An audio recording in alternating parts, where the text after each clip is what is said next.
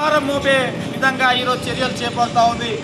ఎలక్షన్ల ముందు గ్యాస్ ధరలు పెంచారు, పెట్రోల్ ధరలు పెంచారు, ప్రజలపై పెనుభారం మోపుతున్నారని చెప్పేసి కళ్ళబొల్లి మాటలు చెప్పి అధికారంలోకి వచ్చినటువంటి బీజేపీ 5 రాష్ట్రాల ఎన్నికలు ముగిసిన వెంటనే ఈరోజు పెట్రోల్ గ్యాస్ ధరలు పెంచి ప్రజలపై పెనుభారం మోపారు. ఇంకా రాబోయే రోజుల్లో ఇంకా 10 రూపాయలు పెరిగిన ఆశ్చర్యపోవాల్సిన అవసరం లేదని చెప్పేసి ఒకవైపున మంత్రులు మాట్లాడితే కనీసం దాన్ని ఖండించకుండా ఈరోజు ఈ మంత్రులు కానీ బీజేపీ కానీ ఒక్కరు కూడా మాట్లాడడం లేదు.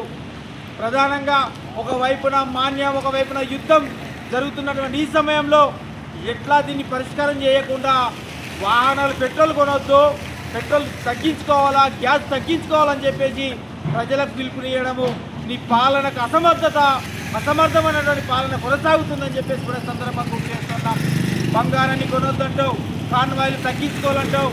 అయ్యా నరేంద్ర మోడీ ఒకవైపున ఈ పెట్రోల్ కేసులు తగ్గించాల్సింది పోయి ఈరోజు ప్రజలపైన భారం మోపే విధంగా చర్యలు చేపడుతున్నాం.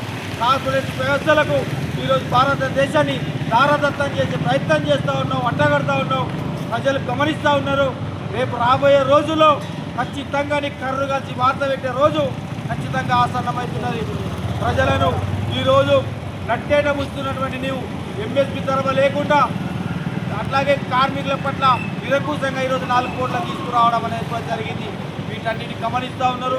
ఖచ్చితంగా రేపు రాబోయే రోజుల్లో నిన్ను గద్దెదించే సమయం కూడా వస్తుందని చెప్పేసి కూడా ఈ సందర్భంగా గుర్తు చేస్తున్నాం. సిపిఎంఎల్ ప్రజాపంత పార్టీగా హెచ్చరిస్తూ ఉన్నాం.